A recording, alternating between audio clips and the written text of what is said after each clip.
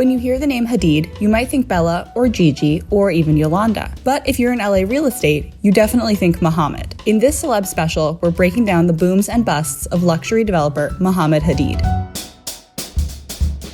Hadid started life as an immigrant, born in Palestine in 1948 during war, and fled with his family through the Levant and northern Africa. They landed in Alexandria, Virginia when he was a teenager, and he started his first businesses there in the 1970s. His first business boom started in 1978 as he sold heavy equipment to newly booming Arab nations. In 1987, he got connected with the SAAR Foundation, a group that drew money from multi-billionaire Sheikh Suleiman al-Rashi. He found out about a parcel in Aspen, right on the side of the mountain, a prime location. Now that he had the financing, he scooped it up right out from under the nose of none other than former developer-in-chief Donald J. Trump. Trump sued, Hadid sued back, and ultimately, Hadid won the right to the land and the right to build the Aspen Ritz-Carlton. It might seem like a huge boom, and it was. Hadid moved to acquire 2 other Ritzes on Central Park South and in Georgetown, but the bust was right behind. By 1992, Hadid had split with SAAR, defaulted on loans, lost his McLean, Virginia home, and soon was out of DC entirely. But obviously, that wasn't the last of him. He and then-wife Yolanda landed in LA by the early aughts, and Hadid started building his signature spec homes. And build he did. Hadid built homes so big, the word mega mansion doesn't do them justice. The Palazzo di Amore has its own disco. Le Palais has swans. He built a mansion in Truesdale Estates that has a pyramid, and that one was allegedly bought by Joe Lowe with cash stolen from 1MDB. And of course, he built a quiet little 10-bedroom, 14-bathroom home for himself called Le Belvedere. But not everyone loves a mega mansion, especially the old money, waspy parts of Beverly Hills and Bel Air where Hadid was developing. So maybe it was inevitable that he'd get in trouble, and that started around 2011.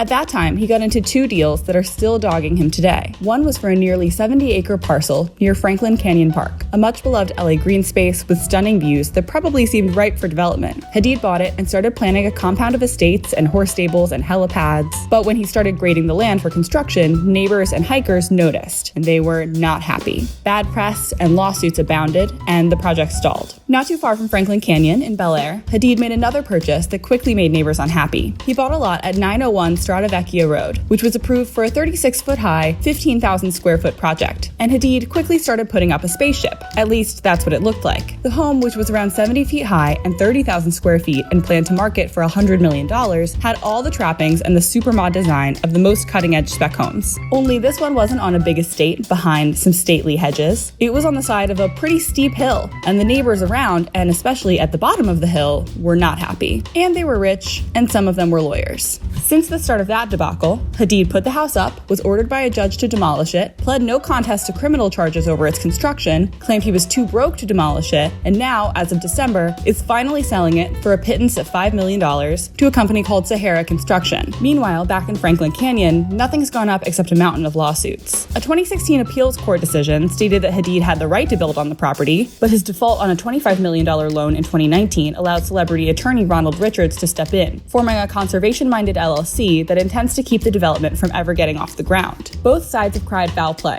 and now a new potential buyer has come into the picture. Interestingly, the same Sahara Construction Group that bought the Strada Vecchia property. So Hadid is nearing the end of these dramas. What will that mean for the father of models, mansion mastermind, and celebrity developer? Keep up on The Real Deal to find out.